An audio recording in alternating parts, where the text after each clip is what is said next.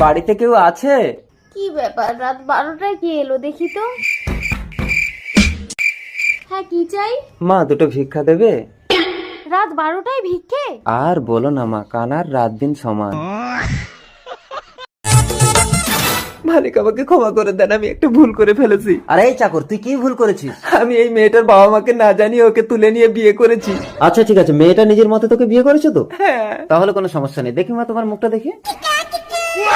এই কি গো, এই হারামজাদা তো আমার মেয়েকে বিয়ে করেছে। ভিডিওটি শেষ পর্যন্ত দেখবেন, অনেক মজা পাবেন। দাদা জানতে পারলে তোমাকে মেরে ফেলবে। আর যদি দাদার পারমিশন নিয়ে নেই? তাহলে ঠিক আছে, শিখিয়ে দেবো। দাদা, এই কে রে? ও ফটকে।